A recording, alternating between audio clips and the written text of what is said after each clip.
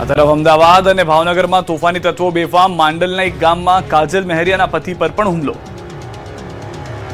અમદાવાદનું માંડલ તાલુકાનું ડઢાણા ગામ, જ્યાં લગ્નનો માહોલ હતો, ગરબાની રમઝટ જામી હતી અને સ્ટેજ પર કાજલ મહેરિયા ગાઈ રહી હતી.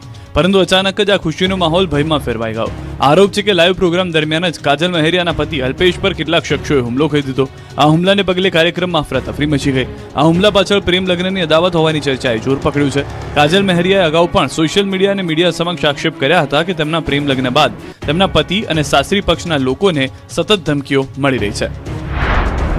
અમદાવાદમાં પોલીસે કિશોરને લાફો ઝીકી દીધો હોવાનો વિડીયો વાયરલ થયો. આ વિડીયો વાયરલ થતા પોલીસકર્મીએ કિશોરને લાફો ઝીક્યો હોવાનો આક્ષેપ કરવામાં આવી રહ્યો છે. પરિવારે પોલીસ પર તેમના દીકરાને માર મારવાનો આક્ષેપ કર્યો છે. બીજી બાજુ પોલીસે બે કિશોર ગાર્ડનમાં રાત્રે ગયા હોવાથી પીસીઆર વાનના કર્મીઓએ કિશોરને બહાર કાઢી લાફો માર્યો હોવાના આક્ષેપ કરવામાં આવી રહ્યા છે. આ વિડીયો શહેરના વાસણા વિસ્તારનો હોવાનું અનુમાન લગાવવામાં આવી રહ્યું છે. જોકે આ વાયરલ વિડીયોની પુષ્ટિ ન્યૂઝ 18 ગુજરાતી નથી કરતું. સનસનીખેજ અકસ્માતના સીસીટીવી સામે આવ્યા. રાજકોટની ગોંડલ ચોકડી પર થયો હતો અકસ્માત. રાજકોટની ગુંડલ ચોકડી પાસે સ્કોર્પિયોની ઇકો કાર વચ્ચે ગમખ્વાર અકસ્માત સર્જાયો. ગત 4 મેના રોજ સર્જાયેલા ભયાનક અકસ્માતમાં વધુ કેટલાક સીસીટીવી ફૂટેજ સામે આવ્યા. આ દ્રશ્યો જ કહી આપે છે કે અકસ્માત કેટલો ભયાનક હશે. આ અકસ્માતમાં અત્યાર સુધીમાં એક જ પરિવારના 3 સભ્યોએ જીવ ગુમાવ્યા. સીસીટીવી ફૂટેજમાં જોઈ શકાય છે કે પૂરપાટ ઝડપે આવી રહેલી એક સ્કોર્પિયો કારના ચાલકે અચાનક સ્ટીયરિંગ પરથી કાબુ ગુમાવ્યો.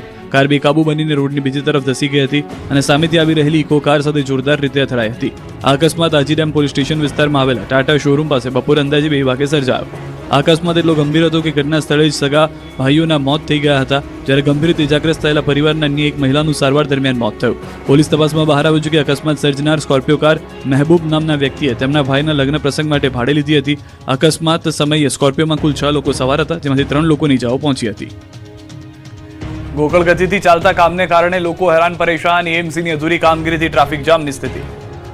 ઘણીવાર મ્યુનિસિપાલિટીમાં કમ્પ્લેન કરી છે, પણ રાતે આવે છે અને કંઈ સોલ્યુશન આવતું નથી. અને જેવું ઇલેક્શન પત્યું એવો પ્રોબ્લેમ ચાલુ થઈ ગયો છે.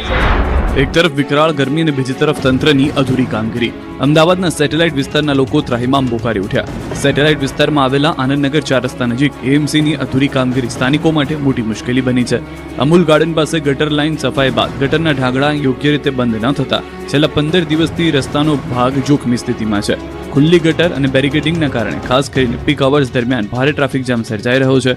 પ્રેરણા તીર્થથી બુઢભવાની મંદિર તરફ ચાલી રહેલા બ્રિજ નિર્માણના કારણે ટ્રાફિક ડાયવર્ટ થવાથી સમસ્યા વધુ ગંભીર બની છે.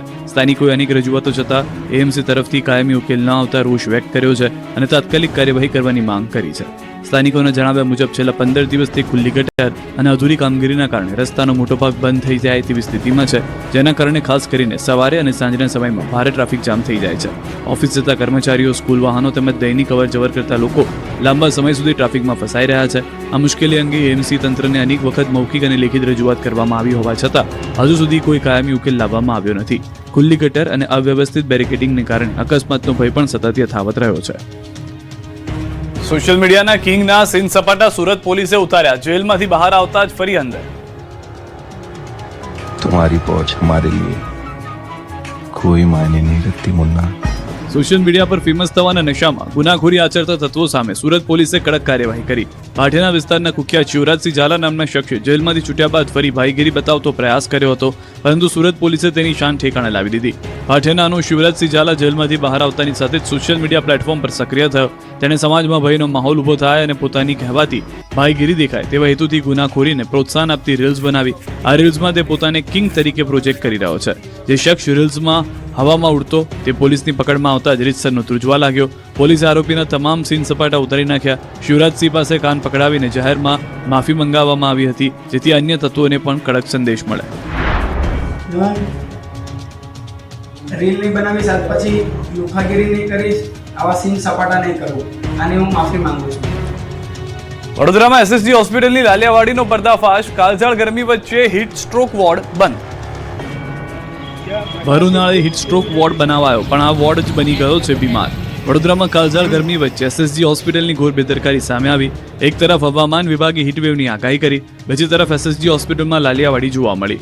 ન્યૂઝ 18 ગુજરાતીના રિયાલિટી ચેકમાં હોસ્પિટલમાં તંત્રની ઘોર બેદરકારીનો પર્દાફાશ થયો. ગરમીના કહેર વચ્ચે દર્દીઓની સારવાર માટે જે વોર્ડ તૈયાર કરાયો હતો તે હીટસ્ટ્રોક વોર્ડ આજે ખુદ બીમાર અવસ્થામાં જોવા મળ્યો. ન્યૂઝ 18 ગુજરાતીના રિયાલિટી ચેક દરમિયાન હોસ્પિટલની ગંભીર લાપરવાહી ઉઘાડી પડી છે. તંત્ર દ્વારા મોટા ઉપાડે હીટસ્ટ્રોકના દર્દીઓ માટે સ્પેશિયલ વોર્ડ તૈયાર કરવાની વાતો તો કરવામાં આવી, પરંતુ ગ્રાઉન્ડ ઝીરો પર હકીકત કંઈક અલગ જ છે. આ વોર્ડમાં તાળા મારેલા જોવા મળી રહ્યા છે. જ્યારે દર્દીઓને તાત્કાલિક સારવારની જરૂર હોય ત્યારે વોર્ડના દરવાજા પર લટકતા તાળા તંત્રની સંવેદનશીલતાની બતાવી રહ્યા છે દ્રશ્યો. એટલું જ નહીં, અહીં કોઈ મેડિકલ સ્ટાફ પણ હાજર નથી, જાણે હોસ્પિટલનું તંત્ર જ પોતે બીમાર અવસ્થામાં હોય તેવું લાગી રહ્યું છે. એક તરફ સિઝનનો સૌથી ગરમ દિવસ નોંધાયો, બીજી તરફ હોસ્પિટલની આ લાલિયાવાડી ગરીબ દર્દીઓ માટે જીવલેણ સાબિત થઈ શકે છે. હવે સવાલ એ ઉઠે છે કે જો કોઈ ઇમરજન્સી આવે તો જવાબદાર કોણ? બર્ડ ફ્લૂના ખતરા સામે વહીવટીતંત્ર સજ્જ, રાજ્યના તમામ પોલ્ટ્રી ફાર્મો પર સઘન સર્વેનો આદેશ. મહારાષ્ટ્રના બર્ડ ફ્લૂના કેસમાં સામે આવતા ગુજરાતનું પશુપાલન વિભાગ એલર્ટ મોડમાં જોવા મળ્યું છે. રાજ્ય સરકારના આદેશ બાદ તમામ જિલ્લાઓમાં પોલ્ટ્રી ફાર્મ પર સઘન સર્વે શરૂ કરવામાં આવ્યો છે.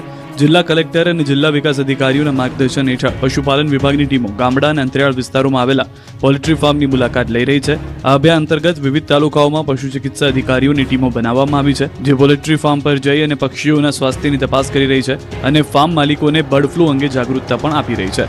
ગાંધીનગર જિલ્લાના મગોડી ગામ નજીક આવેલા એક પોલ્ટ્રી ફાર્મની પણ તપાસ કરવામાં આવી હતી.